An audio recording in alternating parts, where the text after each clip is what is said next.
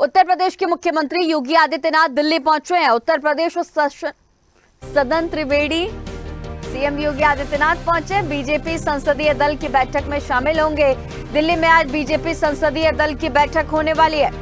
तो आज एनडीए की तरफ से ये बैठक बुलाई गई है। सभी सांसदों को और सभी बीजेपी शासित राज्यों के मुख्यमंत्रियों को दिल्ली बुलाया गया है और आज की ये बड़ी बैठक काफी अहम होने वाली है। और इन सबके बीच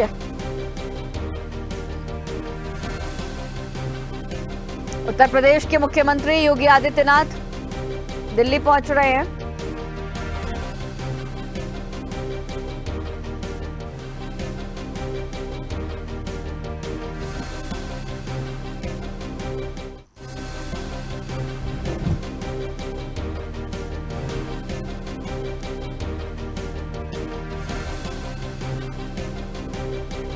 तो उत्तर प्रदेश के मुख्यमंत्री योगी आदित्यनाथ दिल्ली पहुंच रहे हैं। आज बड़ी बैठक एनडीए की होने वाली है और इन सब के बीच आज सीएम दिल्ली जा रहे हैं।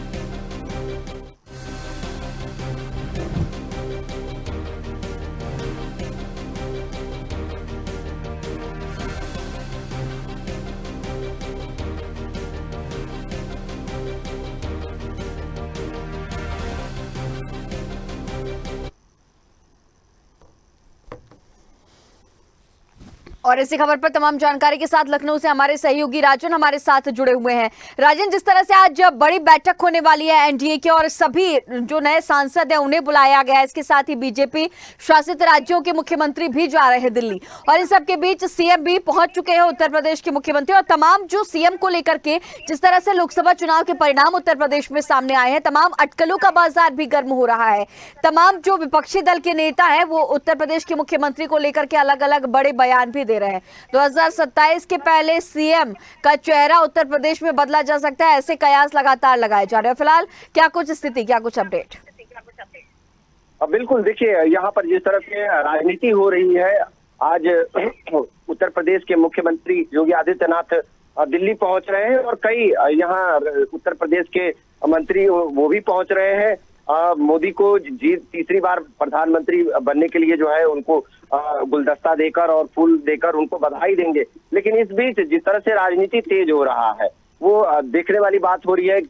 भले ही इंडिया गठबंधन अपनी सरकार नहीं बना रही है, लेकिन जोड़गांठ की अभी भी उसकी जो है रणनीति चल रही है और वो ये सभी जानते हैं कि इंडिया गठबंधन जो है वो चुप नहीं बैठने वाली है। लगातार जो है अपनी जोड़गांठ के हिसाब जो है वो गुणा भाग अपना कर ही रही है। और इस बीच जिस तरह से देश के प्रधानमंत्री तीसरी बार जो है शपथ लेने की तैयारी कर रहे हैं और इस बीच आज जिस तरह से उत्तर प्रदेश के जितने कैबिनेट मिनिस्टर हैं वो भी पहुंच रहे हैं, जीते हुए प्रत्याशी पहुंच रहे हैं। 50 प्रत्याशी जो उतारे गए थे जिसमें से 19 की हार हो गई, वो भी पहुंच रहे हैं।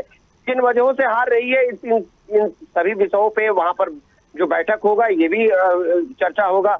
आगे की किस तरह से रणनीति रहेगी जो कि आगे नुकसान ना हो भाजपा को, किस तरह से आखिर में कहाँ चूक हुआ है, जनता ने इनको क्यों नकारा है, ये इनकी सीटें कम क्यों हुई हैं, जो प्रत्याशी हारे हैं उनसे फीडबैक लिया जाएगा, क्या कुछ कमी रहा है। तमाम ऐसी चीजों को लेकर आज इन बिंदुओं पे चर्चा भी होगा और साथ में जो जिस तरह से तीसरी बार प्रधानमंत्री बनने की शपथ ग्रहण की तैयारी हो रहा है उसको लेकर सभी राज्यों के जो मंत्री हैं वो पहुंच रहे हैं और बधाई देंगे देश के प्रधानमंत्री नरेंद्र मोदी को। और इस बीच किस तरह से क्या रणनीति रहेगी, इसके बाद मीटिंग के बाद क्या कुछ सामने आएगा, ये देखने वाली बात होगी।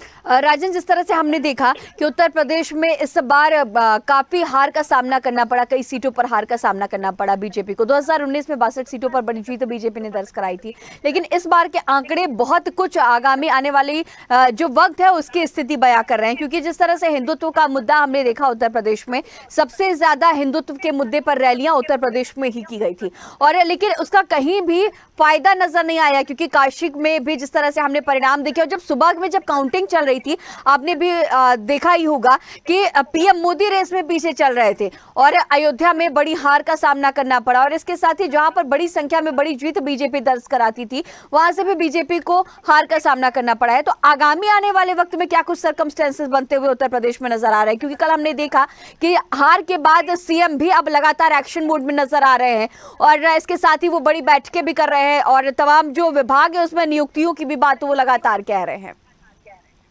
बिल्कुल आपने सही कहा। देखिए जिस तरह से अभी देखा जा रहा है, राम मंदिर काम नहीं आया, 5 किलो का राशन जो दिया जा रहा था वो काम नहीं आया। आखिर में क्यों ऐसा हुआ कि इनकी सीटें कम हुई? जो हारे हुए प्रत्याशी हैं बीजेपी के, उनसे मैंने खास बातचीत किया। उसमें हालांकि वो कैमरे पे आने के लिए अभी मना कर रहे हैं, लेकिन ऑफ कैमरे पे वो बता रहे हैं कि जिस तरह से विपक्ष ने एक आरक्षण को लेकर राजनीति किया, आरक्षण को लेकर, और इसके बाद से कानून बदल दिए जाएंगे, तमाम ऐसी चीजें हैं, लोगों के अंदर जो है डर का एक भावना पैदा किया। कहीं ना कहीं वो बड़ा कारण मान रहे हैं कि इससे जो है लोग काफी टूटे हैं, काफी कटे हैं। जो पिछले दलित समाज के लोग हैं उनको ये डर दिखाया गया कि अगर मोदी सरकार आती है तो आपकी जो आरक्षण है वो छीन लिया जाएगा। ये तमाम ऐसे बिंदु हैं जिसको लेकर जो भाजपा के जो प्रत्याशी हैं जो हारे हैं, इस बिंदु को बता रहे हैं कि ये बिंदु जो है ये काफी जो है लोगों के अंदर दहशत पैदा हुआ, और वो जो है विपक्ष से जाकर जुड़ गए, इंडिया गठबंधन से जाकर जुड़ गए और उनको वोट किए हैं।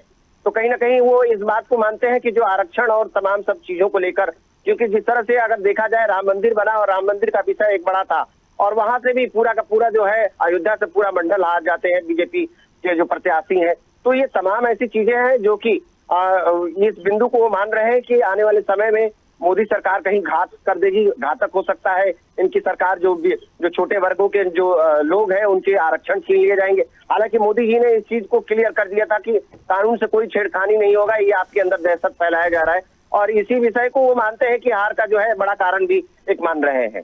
ठीक है राजन, आगे भी नजर बनाए रखिएगा। तमाम जानकारियों के साथ बने रहने के लिए आपका बहुत शुक्रिया। तो बीजेपी संसदीय दल की आज बड़ी बैठक होने वाली है। उत्तर प्रदेश के मुख्यमंत्री योगी आदित्यनाथ दिल्ली पहुंच चुके हैं और